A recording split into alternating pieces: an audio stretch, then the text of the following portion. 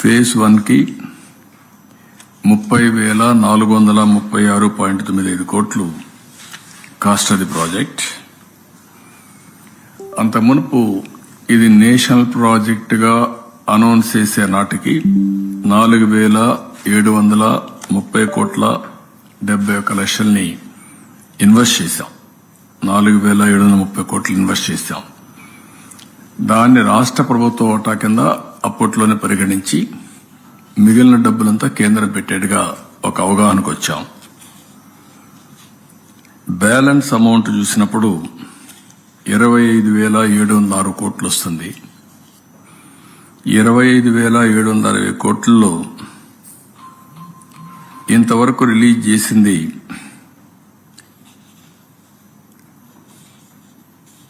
15,146 కోట్లు. ఆ బ్యాలెన్స్ లో మొత్తం రిలీజ్ తీసేసినాక 15,146 కోట్లు ఇవ్వాలి. ల్యాండ్ అక్విజిషన్ కి అండ్ ఆర్ ఇవన్నిటికీ 1,597 కోట్లు ఖర్చు పెట్టాం.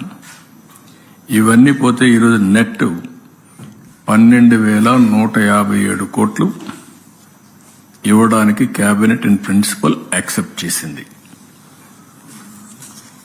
అయితే ఇక్కడికి వచ్చినప్పుడు 2 సంవత్సరాలకి, ఇదేదో 20 ఏళ్ళు 30 ఏళ్ళు కాకుండా 2 ఇయర్స్కే 24-25కి 6,000 కోట్లు, 25-26కి 6,157 కోట్లు ఇవ్వడానికి కేంద్రం అంగీకరించారు.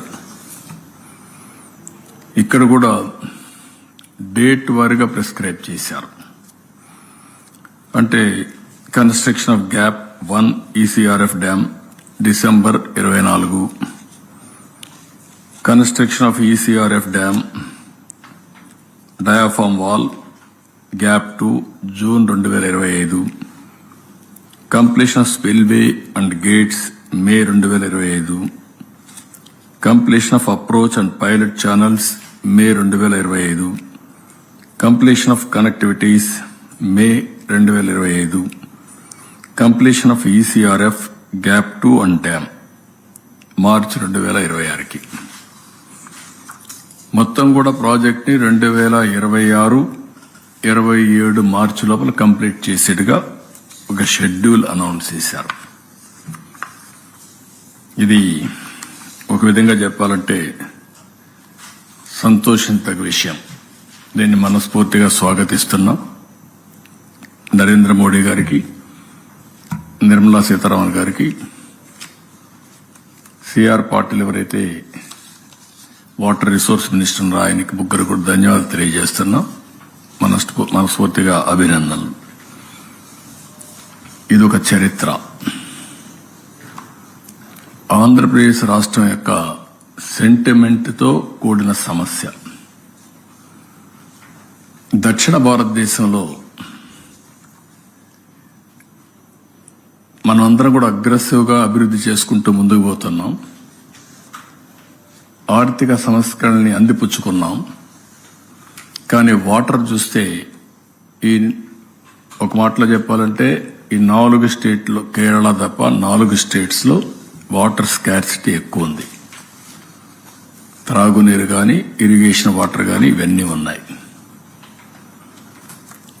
ఫార్చునేట్లీ అదృష్టవశాత్తు ఆంధ్ర రాష్ట్రంలో, ఒకప్పుడు కంబైన్డ్ రాష్ట్రం, ఇప్పుడు ఆంధ్ర రాష్ట్రంలో గోదావరి, కృష్ణా నదులు 2 నదులు ఉన్నాయి. గోదావరిలో అబండెంట్ వాటర్ ఉంది. ఇది సముద్రం లేకపోతా ఉంది. అయితే ఎప్పుడో ఈ ప్రాజెక్టు ప్రారంభించినా కానీ ఆ రోజు చేసినటువంటి రాజశేఖర్ రెడ్డి యొక్క చర్యల వల్ల ప్రాజెక్టు ముందుకు పోకుండా వెనుకబోయే పరిస్థితికి వచ్చింది. అది హిస్టారికల్ గా మీరందరూ ఒకసారి చూస్తే దీనికి ఎన్ని శాపాలు ఉండాలో అన్ని శాపాలతో ఇప్పుడిప్పుడు విముక్తి పొందుతున్నాం. ఈ ప్రాజెక్ట్ ఎప్పుడో అంజయ్ గారు ఫౌండేషన్ వేశారు. అప్పుడే ఇందిరాసాగర్ పేరు కూడా పెట్టారు. ఇట్లా అనేక సమయాల్లో ఈవెన్ కాటన్ అయితే అప్పట్లోనే ఆలోచన చేశాడు. ధవళేశ్వరం ప్రాజెక్టు కట్టే మునిపే ఇక్కడ ప్రాజెక్టు కడితే ఎట్లుంటుందని చేసి బ్రిటిష్ పార్లమెంట్ ఒప్పుకోకపోతే అప్పుడు ధవళేశ్వరం బ్యారేజ్ కట్టాడు.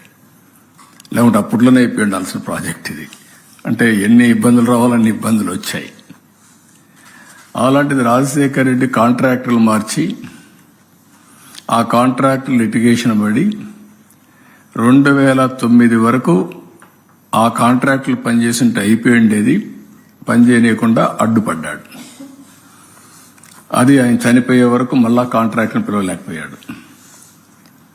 కాలువలు మాత్రం కొంత మట్టి తీశాడు, కడవని వదిలేశాడు ఆయన. తర్వాత రోసయ్య గారు కూడా చేయలేకపోయారు. కిరణ్ కుమార్ రెడ్డి వచ్చిన తర్వాత సీఎం అయిన తర్వాత టెండర్లు పిలిచాడు. అది కూడా 20-25 సార్లు సమైక్య ఆంధ్రప్రదేశ్లో ఎవ్రీ టైం అసెంబ్లీలో వచ్చి అక్కడి నుంచి ప్రాజెక్టు యాజ్ ఇట్ ఈస్ ఉంది. ఆ సమయంలో బైఫర్కేషన్ అయింది. అప్పుడే ఈ రాష్ట్రానికి న్యాయం చేయాలి, ఎట్లా కాంపన్సేట్ చేయాలనుకున్నప్పుడు ఇది ఒక ముఖ్యమైన ప్రాజెక్ట్. పోలవరం ఒక నేషనల్ ప్రాజెక్టుగా ఇచ్చారు. అక్కడి నుంచి నేను ముఖ్యమంత్రి అయ్యాను. ప్రాజెక్ట్ ఇచ్చారు, చట్టంలో పెట్టారు, కానీ ఆ 7 మండలాలు ఇవ్వలేదు. ఆ 7 మండలాలు ముంపుకు గురవుతాయి. ముంపుకు గురైతే ఆ మండలాలు రాకపోతే ప్రాజెక్టు కాదు. అప్పుడు కేంద్రాన్ని గట్టిగా అడిగినప్పుడు నేను ఆ రోజు ఒకటే చెప్పాను, నేను ముఖ్యమంత్రిగా ప్రమాణ స్వీకారం చేయాలంటే ఈ 7 మండలాలు ఇచ్చి ప్రాజెక్టు పూర్తి చేస్తామంటే నేను ఇది చేస్తానని ఆ 7 మండలాలు ఇమ్మని అడిగాను. ఆ రోజు ఎన్డీఏ ప్రభుత్వం, థ్యాంక్స్ టు దెమ్, 7 మండలాలు ఇచ్చిన తర్వాత పార్లమెంట్ సమావేశాలు సమన్ చేశారు.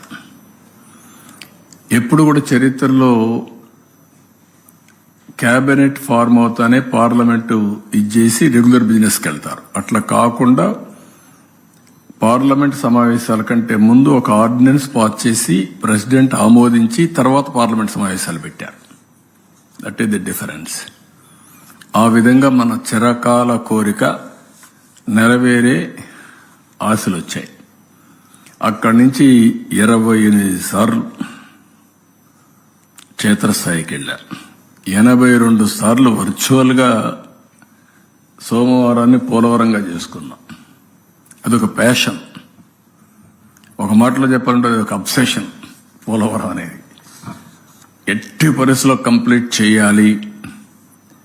పోలవరం ఆంధ్రప్రదేశ్ రాష్ట్రానికి ఒక వరం.